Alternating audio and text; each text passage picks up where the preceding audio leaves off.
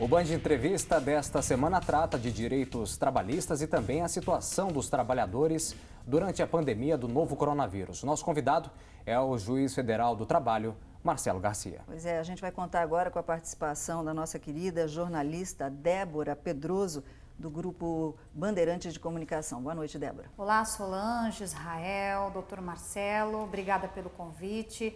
Eu queria perguntar para o doutor Marcelo a respeito da preservação de empregos. O governo federal estima que essa prorrogação da redução de jornada e da suspensão dos contratos de trabalho está preservando aí 10 milhões de empregos em todo o país.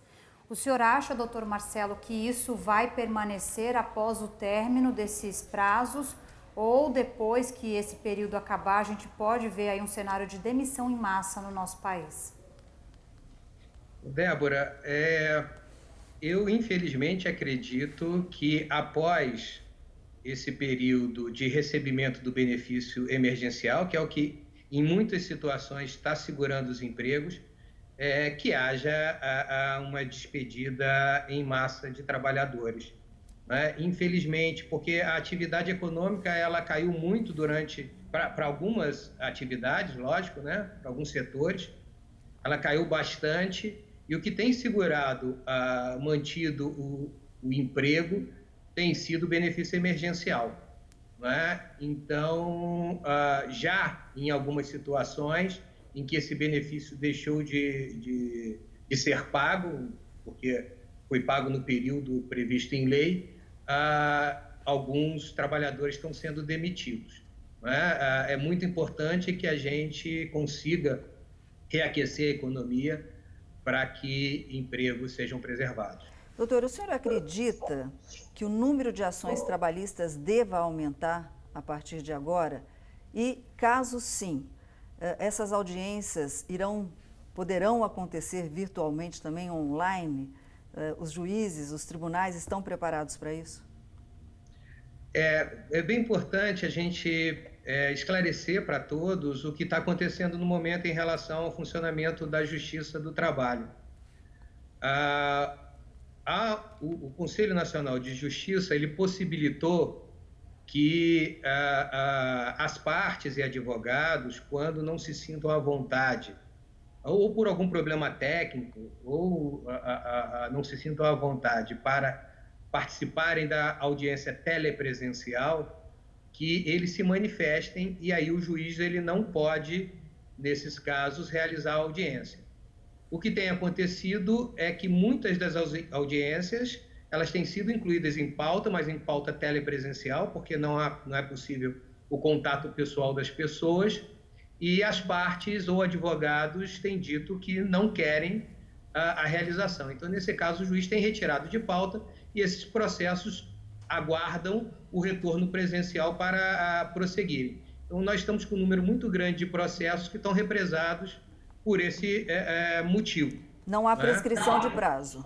Não há prescrição, os prazos estão interrompidos com o ajuizamento da ação, né? Então não haverá nenhum prejuízo em relação à análise do direito, mas há um prejuízo em relação ao andamento, são processos que, infelizmente, vão demorar mais tempo para serem solucionados.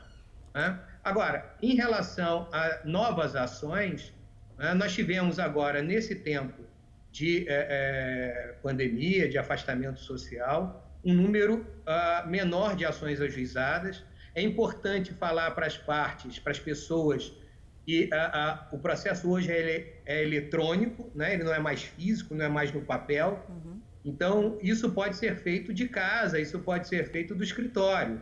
Não é preciso ir pessoalmente levar a petição inicial na Justiça do Trabalho. Agora é tudo eletrônico. Porém, eu não tenho dúvidas que após o fim da pandemia, com o aumento do número de desemprego, de extinção de contratos, nós vamos ter um número muito grande de novas ações ajuizadas. Ok. Doutor Marcelo, no mês de março, o governo federal suspendeu a exigência do recolhimento do FGTS, a medida provisória 927. Para o trabalhador, o que acontece a partir de agora, já que estamos vivendo, para alguns estados no Brasil, um novo normal e uma retomada gradativa da economia? É importante a gente falar, essa medida provisória 927, ela caducou, não é? Ela não está no momento em vigência, né? Ela não está no momento em vigência. E o que no período de vigência da medida provisória 927 aconteceu foi a possibilidade de uma suspensão momentânea no recolhimento do fundo de garantia, porém com a possibilidade de um parcelamento posterior para pagamento deste período, não é? Então, o trabalhador ele não vai ficar sem o direito